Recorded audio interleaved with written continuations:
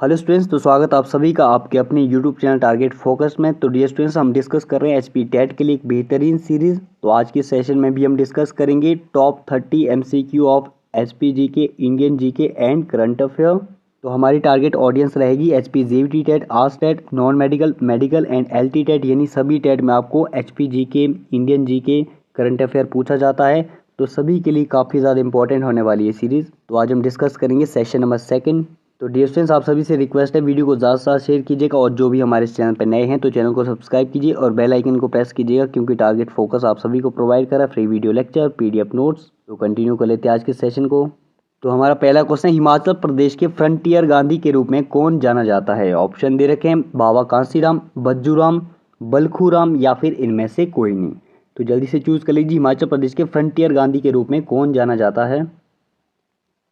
आप सही ने चूज कर लियो। तो हिमाचल प्रदेश के फ्रंटियर गांधी के रूप में जाना जाता है भाई भज्जूराम को। ऑप्शन नंबर 20 सही हो जाएगा।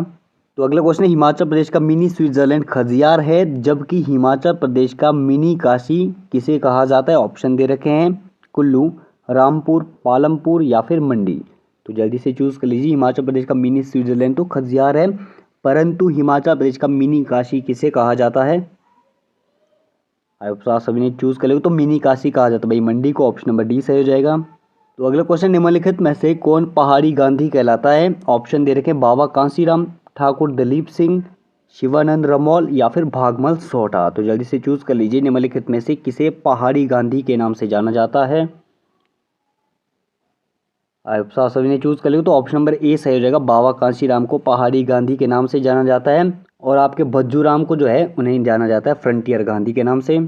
तो अगला क्वेश्चन है, हिमाचल प्रदेश के कविराज के नाम से कौन प्रसिद्ध है? ऑप्शन दे रखे हैं पंडित पद्मदेव, बाबा कांसीराम, जयदेव किरण या फिर विजय शर्मा। तो जल्दी से चूज कर लीजिए, हिमाचल प्रदेश के कविराज के नाम से कौन प्रसिद्ध है?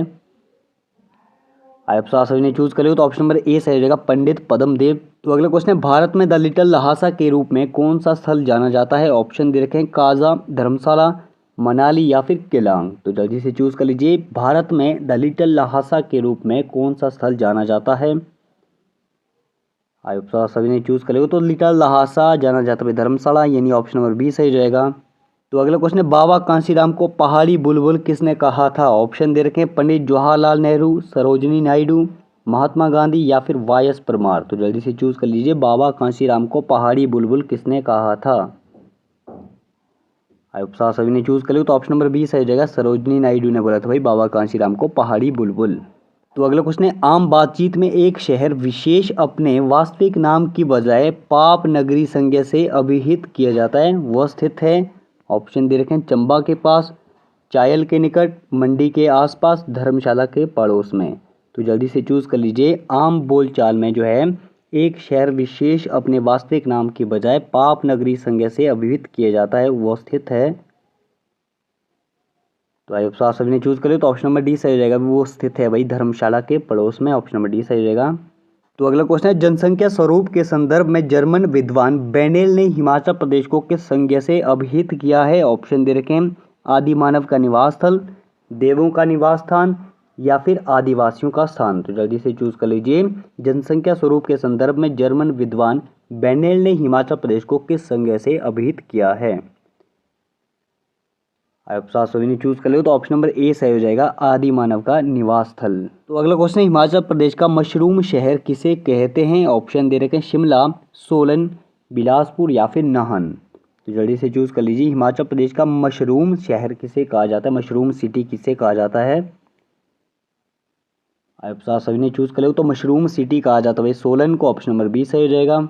तो अगला क्वेश्चन है, भारत में ब्रिटिश शासन के दौरान गवर्नर जनरल काउंसिल के विधि सदस्य के रूप में कौन नियुक्त हुआ था? ऑप्शन दे रखे हैं राजा किशोरीलाल गोस्वामी, सत्येंद्र सिन्हा, तेज बहादुर सप्रू, मोतीलाल नेहरू। तो जल्दी से चूज कर लीजिए, भारत में ब्रिटिश शासन के दौरान गवर्नर जनरल काउंसिल के विधि सदस्य के रूप में कौन नियुक्त हुआ था? आप सभी ने चूज कर लिया। तो ऑप्शन नंबर बी सही जगह सत्येंद्र सिन्हा। तो अगला क्वेश्चन है, भारत में ब्रिटिश शासन के संबंध में भारतीय कानूनी आयोग का लोकप्रिय नाम क्या है? ऑप्शन दे रखे हैं Hunter commission, Sadler commission, cabinet commission या फिर साइमन कमीशन। तो जल्दी से चूज कर लीजिए, भारत में ब्रिटिश शासन के संबंध में भारतीय कानूनी आयोग का लोकप्रिय नाम क्या है? आप साथ सभी ने चूज कर लिया, तो ऑप्शन नंबर डी सही हो जाएगा, साइमन कमीशन। तो अगला क्वेश्चन है, निम्नलिखित में से कौन भारत के प्रथम कानून मंत्री थे? ऑप्शन दे रखे हैं, T Krishnamachari, doctor B R Ambedkar, Maulana Abul Kalam Azad या फिर जवाहरलाल नेहरू। तो जल्दी से चूज कर लीजिए, निम्नलिखित में से कौन भारत के प्रथम कानून मंत्री थे? आप सभी ने चूज कर लिया, तो भारत के प्रथम कानून मंत्री थे डॉक्टर भीमराव अम्बेडकर, यानी ऑप्शन नंबर बी सही हो जाएगा।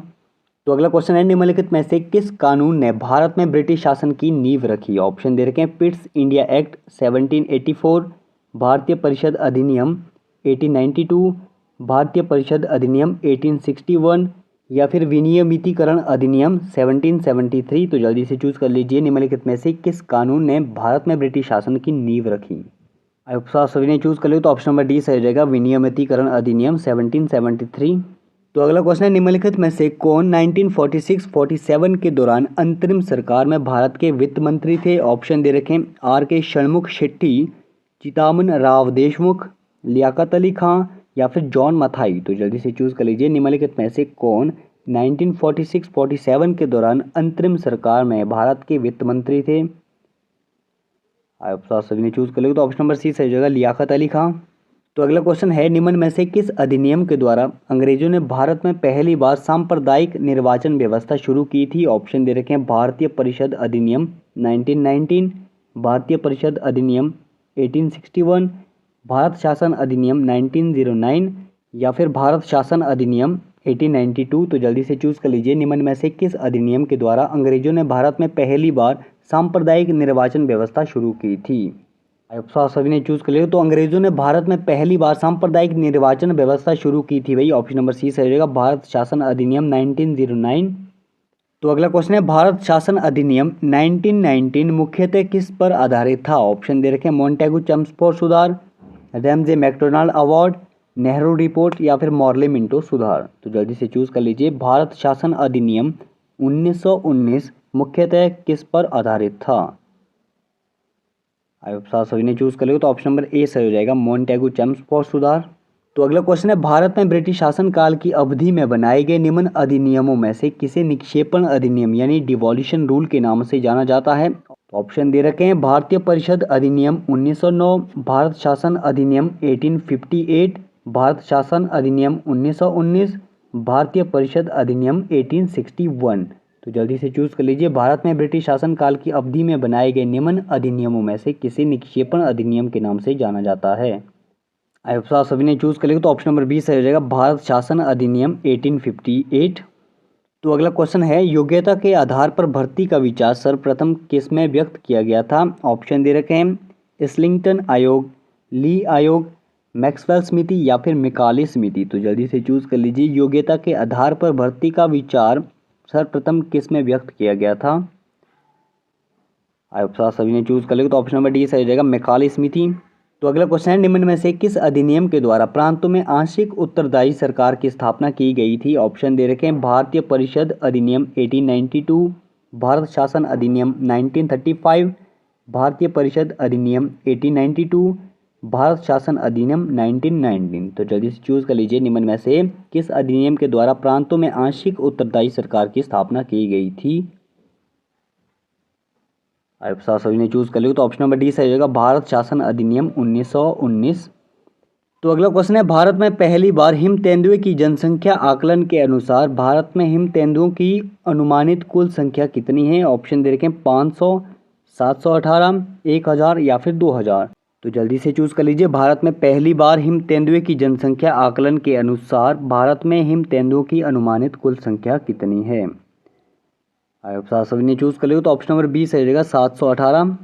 तो अगला क्वेश्चन है, भारत में हिम तेंदुआ जनसंख्या आकलन के अनुसार भारत में किस राज्य में हिम तेंदुओं की संख्या सबसे अधिक है? ऑप्शन दे रखे हैं, उत्तराखंड, हिमाचल प्रदेश, लद्दाख या फिर सिक्किम। तो जल्दी से चूज कर लीजिए, भारत में हिम तेंदुआ जनसंख्या आकलन के अनुसार भारत में किस राज्य में हिम तेंदुओं की संख्या सबसे अधिक है? आप सभी ने चूज कर लिया, तो ऑप्शन नंबर सी सही रहेगा, लद्दाख। तो ध्यान दीजिएगा, हिम तेंदुआ जनसंख्या आकलन के अनुसार भारत में कुल कितने हैं? 718 हिम तेंदुआ है, और सबसे अधिक कहाँ पर है भाई? लद्दाख में 477, और उसके बाद उत्तराखंड, हिमाचल प्रदेश, अरुणाचल प्रदेश, सिक्किम और जम्मू कश्मीर में है। तो अगला क्वेश्चन है, रोहन बोपन्ना की उपलब्धि का क्या महत्व है? ऑप्शन दे रखे हैं। वो ग्रैंड स्लैम खिताब जीतने वाले पहले भारतीय खिलाड़ी हैं। वो ऑस्ट्रेलिया ओपन जीतने वाले सबसे उम्रदराज खिलाड़ी है। वह पुरुष युगल में विश्व नंबर 1 रैंकिंग तक पहुंचने वाले सबसे उम्रदराज खिलाड़ी है। या फिर वह विश्व नंबर 1 रैंकिंग हासिल करने वाले ओडिशा के पहले एथलीट है। तो जल्दी से चूज कर लीजिए, रोहन बोपन्ना की उपलब्धि का क्या महत्व है? आप सभी ने चूज कर लिया तो ऑप्शन नंबर सी सही रहेगा। वह पुरुष युगल में विश्व नंबर 1 रैंकिंग तक पहुंचने वाले सबसे उम्रदराज खिलाड़ी हैं। तो ध्यान दीजिएगा, 43 साल की उम्र के रोहन बोपन्ना ने उनके पार्टनर मैथ्यू एबडेन के साथ ऑस्ट्रेलियन ओपन मेंस डबल जीतने के बाद विश्व नंबर 1 रैंकिंग हासिल करने वाले अब तक के सबसे उम्रदराज खिलाड़ी बने हैं। और रोहन बोपन्ना जो है लिंडर पेस, महेश भूपति और सानिया मिर्जा के साथ रैंकिंग में शीर्ष पर पहुंचने वाले चौथे भारतीय टेनिस खिलाड़ी बने हैं। तो अगला क्वेश्चन है, बीटिंग द रिट्रीट प्रत्येक वर्ष किस स्थान पर आयोजित की जाती है? ऑप्शन दे रखे हैं। राष्ट्रपति भवन नई दिल्ली, लाल किला दिल्ली, इंडिया गेट नई दिल्ली या फिर विजय चौक नई दिल्ली। तो जल्दी से चूज कर लीजिए, बीटिंग द रिट्रीट प्रत्येक वर्ष किस स्थान पर आयोजित की जाती है? आयुप्सा सभी ने चूज कर लिया। तो बीटिंग द रिट्रीट प्रत्येक वर्ष जो है विजय चौक नई दिल्ली में आयोजित की जाती है। ऑप्शन नंबर डी सही हो जाएगा। तो अगला क्वेश्चन है, 2024 में ऑस्ट्रेलियन ओपन पुरुष युगल टेनिस चैंपियनशिप किस जोड़ी ने जीती है? ऑप्शन दे रखे हैं। रोहन बोपन्ना और Simone Bolelli, Matt Ebden and Andrea Vavassori, Rohan Bopanna और मैट एबडेन, सिमोन बोलेली और एंड्रिया वावासोरी। तो जल्दी से चूज कर लीजिए, 2024 में ऑस्ट्रेलियन ओपन पुरुष युगल टेनिस चैंपियनशिप किस जोड़ी ने जीती है? आप सभी ने चूज कर लिया। तो ऑप्शन नंबर सी सही रहेगा, रोहन बोपन्ना और मैट एबडेन। तो अगला क्वेश्चन है, 2024 में गणतंत्र दिवस परेड में मुख्य अतिथि कौन थे? ऑप्शन दे रखे नरेंद्र मोदी, द्रौपदी मुर्मू, इमैनुअल मैक्रोन, विराट कोहली। तो जल्दी से चूज कर लीजिए, 2024 में गणतंत्र दिवस परेड में मुख्य अतिथि कौन थे? आप सभी ने चूज कर लिया। तो ऑप्शन नंबर सी सही रहेगा, इमैनुअल मैक्रोन। तो ध्यान दीजिएगा, 26 जनवरी 2024 को भारत का 75वां गणतंत्र दिवस मनाया गया। राष्ट्रपति द्रौपदी मुर्मू ने नई दिल्ली के कर्तव्य पथ पर इस समारोह का नेतृत्व किया। गणतंत्र दिवस परेड में मुख्य अतिथि फ्रांस के राष्ट्रपति इमैनुअल मैक्रोन थे।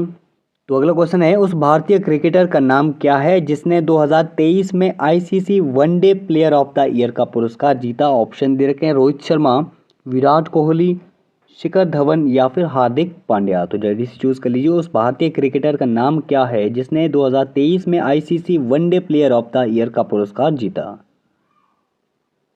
आप सभी ने चूज कर लिया। तो ऑप्शन नंबर बी सही रहेगा, विराट कोहली। तो ध्यान दीजिएगा, विराट कोहली ने आईसीसी अवार्ड 2023 में one day men's player of the year का पुरस्कार जीता है और यह चौथी बार है जब उन्होंने यह सम्मान प्राप्त किया। इससे पहले जो है ये सम्मान उन्हें 2012 में मिला है, 17 में मिला है और 2018 में मिला है, उसके बाद 2023 में मिला है। तो अगला क्वेश्चन है, राष्ट्रीय बालिका दिवस प्रतिवर्ष कब मनाया जाता है? ऑप्शन दे रखे हैं। 1 जनवरी, 15 अगस्त, 24 जनवरी या फिर 10 फरवरी। तो जल्दी से चूज कर लीजिए, राष्ट्रीय बालिका दिवस कब मनाया जाता है? आप सभी ने चूज कर लिया। तो ऑप्शन नंबर सी सही हो जाएगा, 24 जनवरी। तो ध्यान दीजिएगा, राष्ट्रीय बालिका दिवस 24 जनवरी को प्रतिवर्ष मनाया जाता है और इस दिन का उद्देश्य लड़कियों की शिक्षा, स्वास्थ्य और पोषण के महत्व पर जोर देते हुए बालिकाओं के अधिकारों के बारे में जागरूकता को बढ़ावा देना है। तो अगला क्वेश्चन है, जनवरी 2024 में भारतीय वायुसेना के साथ अभ्यास डेजर्ट नाइट में किन देशों ने भाग लिया? ऑप्शन दे रखे हैं। फ्रांस और अमेरिका, फ्रांस और संयुक्त अरब अमीरात, यूएसए और यूएई, फ्रांस और चीन। तो जल्दी से चूज कर लीजिए, जनवरी 2024 में भारतीय वायुसेना के साथ अभ्यास डेजर्ट नाइट में किन देशों ने भाग लिया?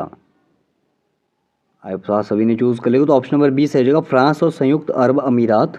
तो ध्यान दीजिएगा, भारतीय वायुसेना ने 23 जनवरी 2024 को अरब सागर के ऊपर फ्रांसीसी वायु और अंतरिक्ष बल और संयुक्त अरब अमीरात वायुसेना के साथ अभ्यास डेजर्ट नाइट का आयोजन किया।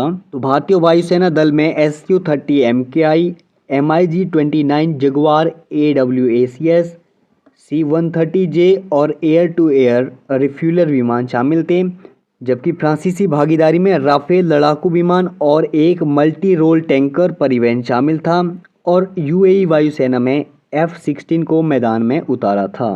तो अगला क्वेश्चन है, कर्पूरी ठाकुर ने अपने मुख्यमंत्रित्व काल में कौन सी प्रमुख पहल लागू की थी? ऑप्शन दे रखे हैं। बैंकों का राष्ट्रीयकरण, हरित क्रांति, जमींदारी प्रथा का उन्मूलन, पंचायती राज का परिचय। तो जल्दी से चूज कर लीजिए। कर्पूरी ठाकुर ने अपने मुख्यमंत्रित्व काल में कौन सी प्रमुख पहल लागू की थी? आप सभी ने चूज कर लिया तो ऑप्शन नंबर सी सही हो जाएगा, जमींदारी प्रथा का उन्मूलन। तो जमींदारी प्रथा का उन्मूलन किया था भाई कर्पूरी ठाकुर ने। ये कहाँ के मुख्यमंत्री थे? बिहार के मुख्यमंत्री थे और इन्हें जो है मरण उपरांत भारत रत्न से सम्मानित किया गया है। तो आज के सेशन में इतना ही करते हैं। उम्मीद है आप सभी को आज का सेशन पसंद आया होगा। तो अगर पसंद आया हो तो लाइक शेयर सब्सक्राइब कीजिए टारगेट फोकस यूट्यूब चैनल को और बने रहिए हमारे साथ।